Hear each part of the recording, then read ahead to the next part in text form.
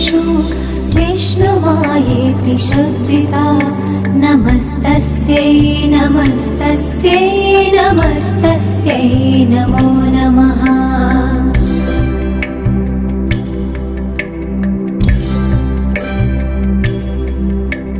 या देवी सर्वभूतेषु चेतनेत्यभिधीयते नमस्तस्यै नमस्तस्यै नमस्तस्यै नमो नमः।